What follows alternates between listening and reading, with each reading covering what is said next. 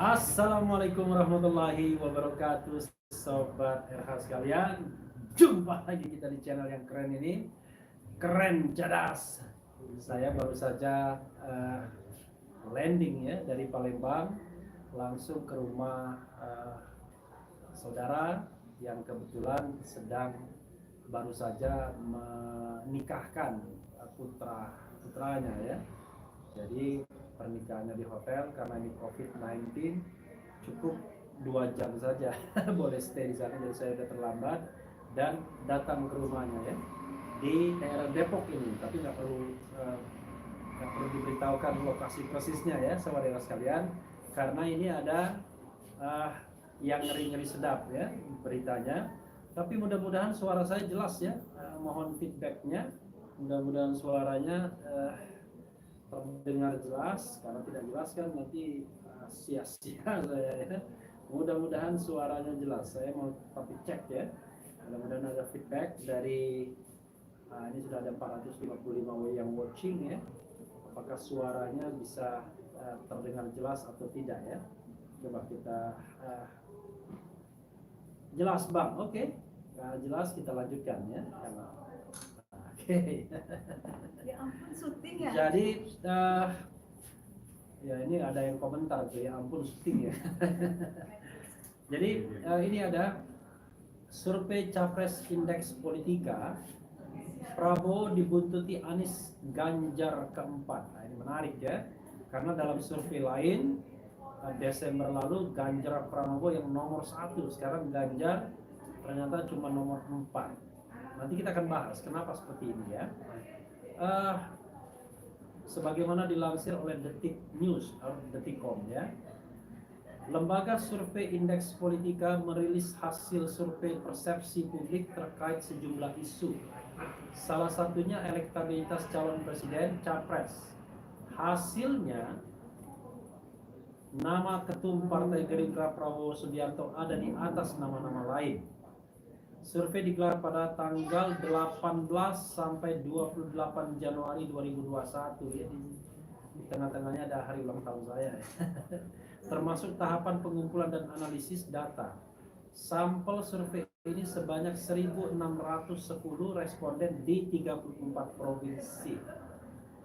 Metode yang digunakan adalah multi-stage random sampling melalui wawancara langsung dengan tingkat kepercayaan 95% dan toleransi kesalahan atau margin of error kurang lebih 1,6%. Berarti margin of error 1,6%, bisa 3,2 ya disparitasnya. Direktur Eksekutif Indeks Politika Denny Charter, luar biasa namanya, Denny Charter ya, mengatakan survei Capres ini dilakukan dengan memberi 2 pertanyaan. Pertanyaan pertama, responden tidak diberi pilihan nama dan langsung menjawab spontan atau top of mind presiden yang diinginkan. Top of mind itu kalau kita hanya mereka jawab secara spontan. Kalau saya ulangi ya, top of mind itu kalau kita tanya mereka jawab secara spontan. Jika pemilihan presiden dilakukan hari ini, maka siapa capres yang dipilih? Tertinggi itu Prabowo, ujar Direktur Eksekutif Indeks Politika Denny Charter dalam webinar Minggu 7 Februari 2021 hari ini ya. Denny menyebut saat responden diminta untuk memberikan jawaban siapa yang akan jadi presiden, ada nama calon presiden baru muncul. Nama baru itu adalah PLT Ketum Partai Solidaritas Indonesia PSI Giring Ganesa. Menariknya ini di top of mind ada Giring Ganesa 0,3% katanya. Pada survei Capres secara spontan top of mind, responden diberi pertanyaan, jika pemilihan presiden dilakukan pada hari ini, maka siapakah presiden yang Bapak Ibu Saudara pilih? Hasilnya sebagai berikut.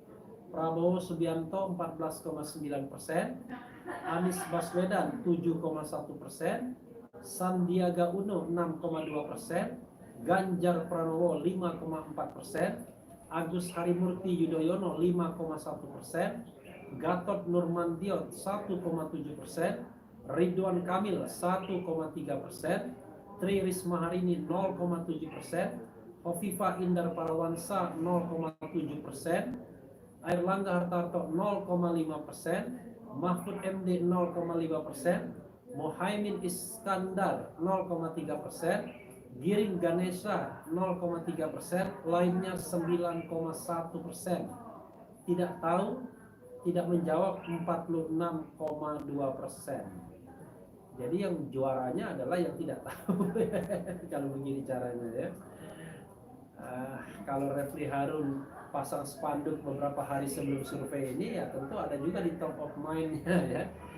Ya, saudara sekalian, apa yang ingin saya bahas dalam kesempatan ini adalah saya selalu mengatakan ya, baru saja saya katakan kepada saudara saya, langkah yang dilakukan Prabowo Subianto dan Sandiaga Uno itu adalah langkah yang baik bagi dirinya dan masa depannya.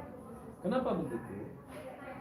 Kalau kita ya mau tetap ingin berada di top of mind, kalau pakai istilah di sini ya, top of mind sebagai calon presiden, maka tidak ada cara lain bahwa Anda harus berada di tataran tertinggi expose media. Jadi media exposure-nya harus tinggi. Kalau media exposure-nya rendah, ya tentu saja tidak mungkin ada di top of mind masyarakat atau rakyat Indonesia sebagai calon presiden. Nah, ternyata top of mind itu dimenangkan walaupun angkanya ya masih di bawah 15%, Prabowo Subianto. Kenapa begitu? Padahal Prabowo orang yang katakanlah yang banyak dikritik ketika ada kasus-kasus semacam FPI misalnya, kasus macam-macam ya, kriminalisasi atau katakanlah pendukungnya yang dikriminalisasi, dia keep silent, diam saja. Ini menunjukkan bahwa Prabowo Subianto betul-betul dalam tanda kutip meninggalkan masanya, meninggalkan pendukungnya. Tapi jangan lupa, dia dalam Pilpres kemarin mendapatkan suara berapa persen ya? 48% kalau tidak salah ya. Kira-kira ya pasti di bawah 50% ya. Kalau di atas 50% menang dia. Kira-kira 40-an 46, 47 atau 48%. Artinya banyak orang yang memilih Prabowo Subianto dalam head to head dengan Jokowi. Nah sekarang ya mungkin saja di antara mereka tidak balik badan semua, tetap saja ada yang barangkali yang tetap setia berpikir dan mengharapkan Prabowo yang menjadi calon presiden ke depan. Dan sepertinya memang Prabowo memiliki niat atau keinginan itu ya. Saya cek dulu benar gak ya. Nah itu satu hal, dan jabatan sebagai Menteri Pertahanan memungkinkan Prabowo tetap di media exposure yang tinggi. Dan kita tahu sobat era sekalian ya, kita semua tahu bahwa Prabowo Subianto dalam survei Indobarometer versi Muhammad Kodari itu ditempatkan sebagai menteri dengan kinerja terbaik. Luar biasa nih, ada mobil yang alarm bunyi ya. Mudah-mudahan tidak terlalu mengganggu ya. Menteri dengan kinerja terbaik itu menunjukkan bahwa dia punya expose atau punya komunikasi yang baik. Orang memikirkan bahwa dia bekerja baik di bidangnya. Paling tidak pencitraannya baik. Nah, yang kedua tentu saja kalau kita bicara top of mind, pastilah nama-nama itu tidak akan jauh dari Anies Baswedan, Ganjar Pranowo, Ridwan Kamil dan Sandiaga Uno. Karena inilah sesungguhnya 5 besar, ya, 5 besar di dalam kalau kita bicara top of mind calon presiden. Maka Anies Baswedan berada di urutan kedua. Kenapa begitu? Sederhana saudara sekalian, Anies Baswedan dipersepsi sebagai antitesis dari kekuasaan yang ada saat ini. Karena itu, mereka yang kecewa dengan pemerintahan Presiden Jokowi pastilah akan menempatkan Anies Baswedan sebagai prioritas. Sementara Prabowo mix up dia. Dia belum mendapatkan sepenuhnya pendukung Presiden Jokowi, tapi juga belum sepenuhnya kehilangan pendukungnya. sehingga nilainya masih tinggi. Nah, yang ketiga yang agak surprise juga adalah Sandiaga Uno. Ternyata Sandiaga Uno berada di urutan ketiga top of mind dengan angka yang ya tidak besar juga ya, angka yang tidak terlalu besar juga, tapi dia di nomor 3 top of mind yaitu 6,2%. Tadi Anies Baswedan 7,1%, Prabowo melejit 14,9%.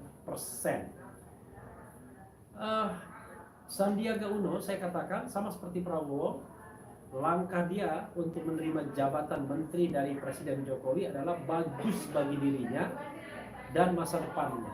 Kenapa begitu? Karena dia akan mendapatkan panggung gratis sampai 2024 kalau tidak keburu di reshuffle. Karena kita tahu media harus punya alasan untuk mengekspos tokoh tertentu. Salah satunya karena dia pejabat publik.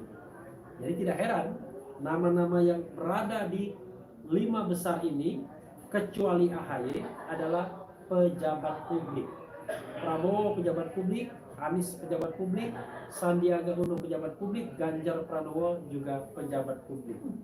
Jadi mereka betul-betul bisa memanfaatkan atau mendapatkan keuntungan dari jabatan politiknya sebagai menteri atau sebagai kepala daerah.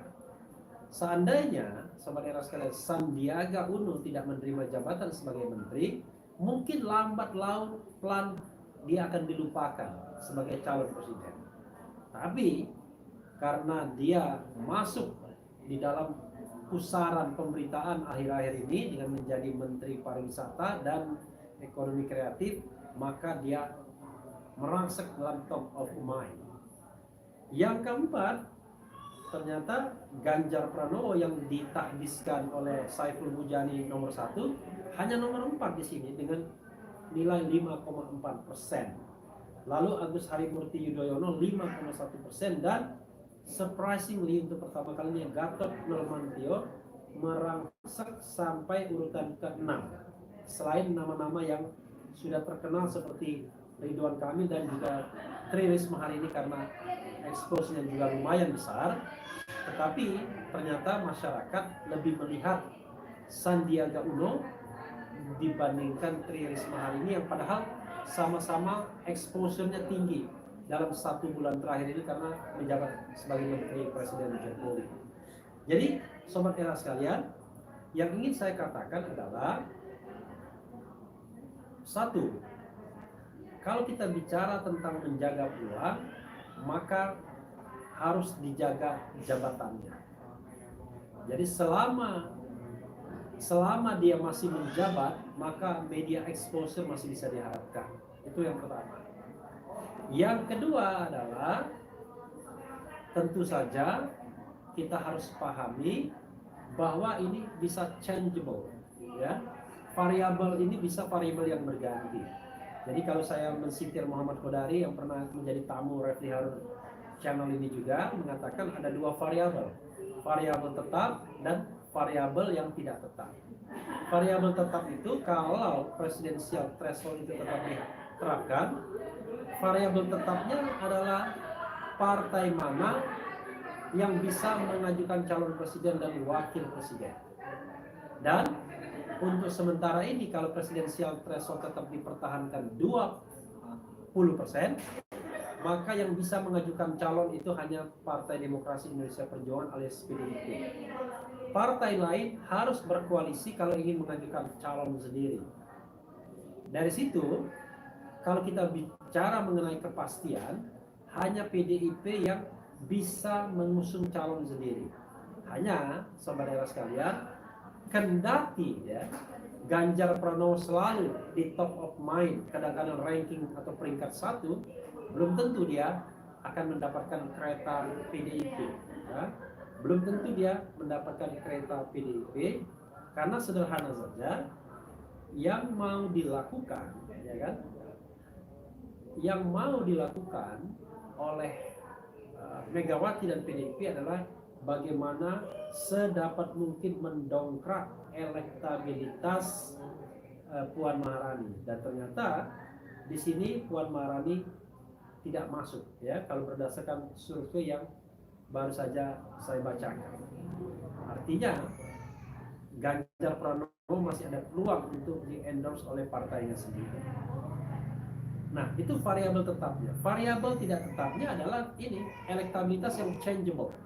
Jadi kalau hari ini saya mengatakan atau saya ditanya siapa yang nomor satu, Sukar, apakah nomor satu itu apakah Prabowo, apakah Anies Baswedan, apakah Ganjar Pranowo, apakah Sandiaga Uno, ya, itu 4 orang yang mapan, ya. Saya hanya bisa mengatakan bahwa kira-kira 4 tokoh inilah ditambah Ridwan Kamil dan AHY yang punya peluang paling besar sampai saat ini untuk menjadi calon presiden. Tetapi siapa yang menjadi nomor satu, ya tentu kita nanti harus lihat, karena belum tentu kalau hari ini Prabowo nomor satu, belum tentu dia akan nomor satu pada survei yang lain pada saat yang bersamaan. Jadi masih changeable, elektabilitas masih cair, tapi dari kecairan tersebut polanya tetap ada 5-6 nama yang mapan. Prabowo Subianto, Anies Baswedan, kemudian Sandiaga Uno, Ganjar Pranowo, dan Ridwan Kamil. Dan tambahannya adalah AHY, Agus Harimurti Yudhoyono. Tetapi terakhir ya, saudara sekalian, ini menjelang asar ya, walaupun saya sudah sholat jamaah ya. Begini, dengan fenomena ada upaya untuk merebut kepemimpinan partai misalnya, yang konon ya, yang isunya ingin dilakukan oleh Muldoko misalnya terhadap Partai Demokrat, maka sesungguhnya hal tersebut bisa mengubah konstelasi secara signifikan kalau itu terrealisasi. Kenapa begitu? Saya sudah katakan ada variabel lain yang harus diperhitungkan, yaitu tadi yang menjadi variabel tetap, yaitu presidensial threshold.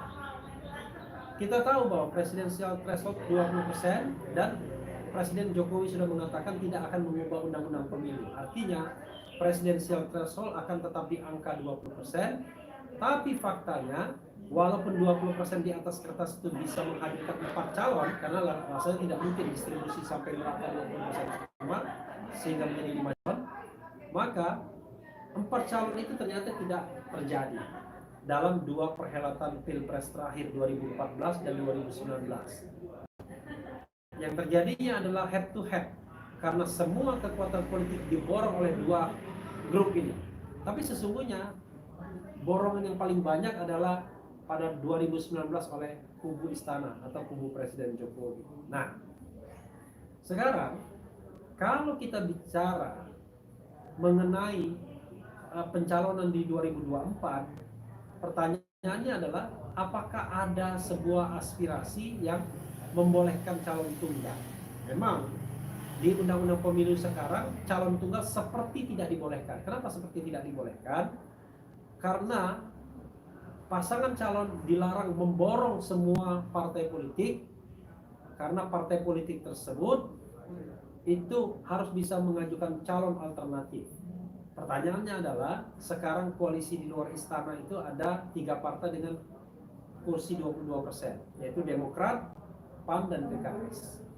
Misalnya koalisi istana itu solid mengajukan 1 pasangan calon, misal karena barangkali katakanlah ada orang kuat yang menjamin itu semua ya, dengan kekuatan finansial yang luar biasa misalnya, pertanyaannya apakah Demokrat, PKS, dan PAN itu akan tetap mengajukan pasangan calon?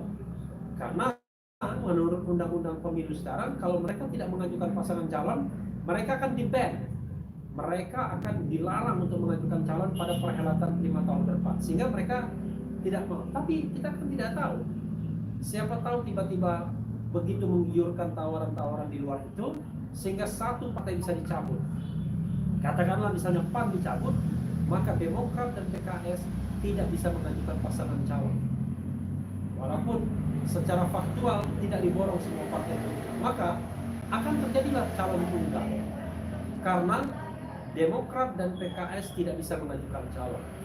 Karena PAN sudah diambil dalam koalisi pemerintahan Presiden Jokowi dan katakanlah grup yang berkuasa saat ini untuk melanjutkan kepemimpinan atau penguasaan politik sampai 2024. Bisa terjadi seperti itu saudara sekalian.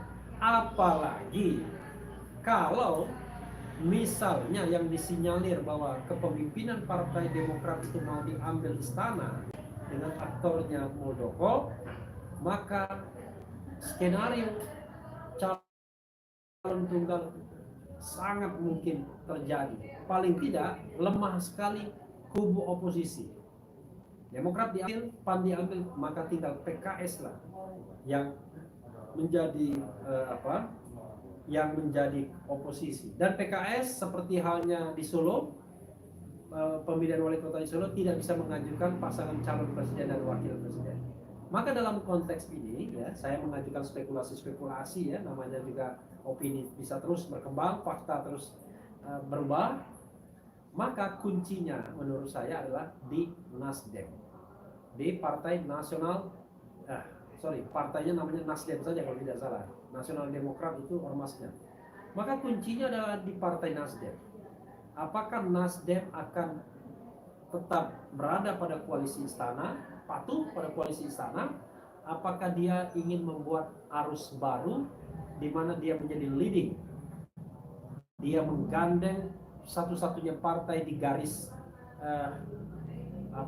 oposisi dengan pikiran bahwa Demokrat sudah diambil alih. Ini skenario ya.